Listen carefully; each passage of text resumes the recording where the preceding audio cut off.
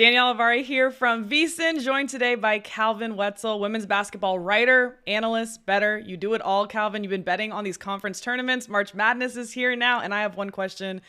Who can take down South Carolina at this point? Because if you're just joining in, it seems like it's just their race to lose.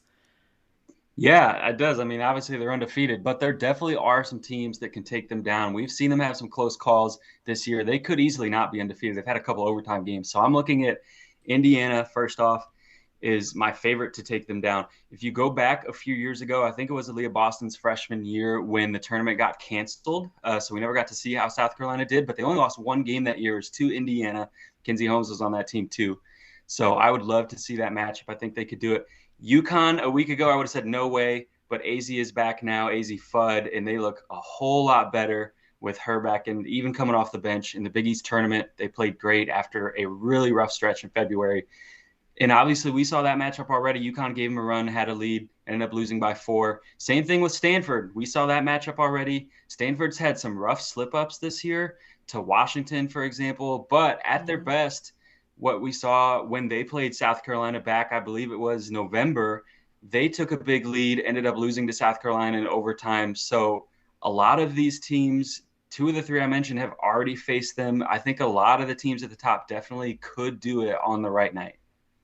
Yeah, I mean, I can definitely see that. And to your point, Stanford obviously winning in the year that I'm sure Aaliyah Boston will never forget, where her putback did not go in the final moments. That sent Stanford on to play Arizona in the finals. They win that championship. South Carolina wins last year. They're trying to run it back this year. So I see why you would pull out Stanford here. I worry about Stanford, especially based on what I saw versus UCLA. But speaking of UCLA, I also worry about South Carolina versus UCLA, perhaps. And the only reason you shouldn't really worry that much is that UCLA's offense is so inconsistent, it seems.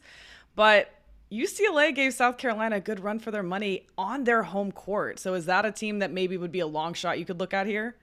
Yeah, well, the word that you mentioned, inconsistent, is actually a Mm-hmm. good thing in this case because I think if you're going to Oh, okay. knock off a team like South Carolina, you have to be a team that maybe your rough nights are rough, but your best nights are really good. You have to have a really high ceiling because if you're the 10th best team and you play like the 10th best team every night, you're not going to beat South Carolina. But if you're the 10th best team and sometimes you play like the 25th best and sometimes you play like the best team in the country, those nights are the nights where you have a chance to beat South Carolina. So UCLA's inconsistency, if South Carolina catches them on a hot night, yeah, Mm-hmm. I think UCLA definitely would have a shot. I mean, Ole Miss wasn't even getting votes at the time a couple weeks Mm-hmm. ago. They probably should have been, but they weren't.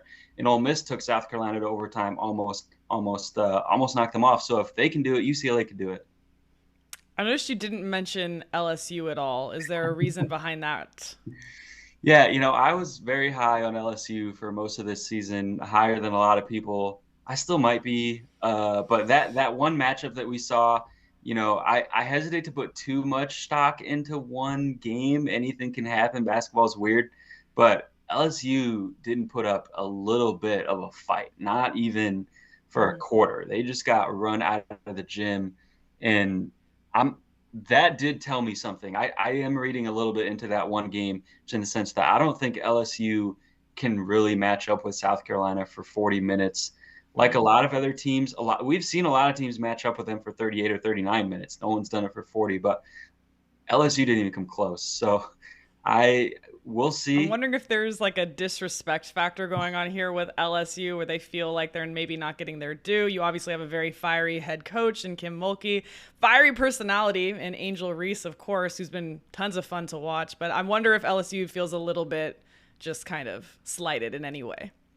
I'm sure they do. And if we get that rematch, they will absolutely play better than they did the first time. I don't think they're losing by 25 or whatever it was again. I'm just not sure if I see them winning, but they'll definitely have that in their mind, that revenge factor and that sort of, everyone's been this whole narrative that's been around them all year. You didn't play anyone. You played, a bunch of teams in the 300s for 2 straight months. By the time you finally played good teams, you couldn't handle them. LSU's going to have that in their mind. So it they could. I'm not going to say they couldn't do it, but they wouldn't be on my at the top of my list of teams that could do it.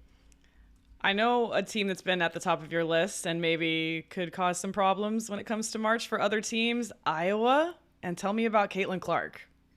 I do have Iowa on my list. Yeah, Iowa. The thing about them is they always have the best offense in the country ever since Caitlin Clark Mm. showed up. And even before that, they've always been an offensive minded team back to like Megan Gustafson. But they just struggle so much on the defensive end. Caitlin Clark's freshman year, they were in the bottom half of the country in defensive rating. Her hoop stats defensive rating adjusted for strength of schedule. Last year, they got a little better, barely top Mm-hmm. 100, still not going to cut it for a Final Four team. This year, Mm. they're quietly in the top 50 of defense, which is not elite. But when you have the best offense in the country and you have a player that you mentioned, Caitlin Clark, the most explosive scorer, passer, just offensive creator in general in college basketball, you don't need an elite defense. You need a competent defense. And I think their defense is competent enough that Caitlin Clark on the right night can carry them to beat any team. We saw them knock off Indiana with that crazy shot that Caitlin Clark hit to win it at the end of the game. So yeah, I was there on my list as well. Yeah. Well, the exact opposite here. Obviously, South Carolina, the team we're saying is the team to beat here, is incredible at defense, third best in points allowed, allowing less than 51 points per game. So, again, final answer, who do you think is going to be the team that's best equipped to take down this Gamecocks team? Indiana.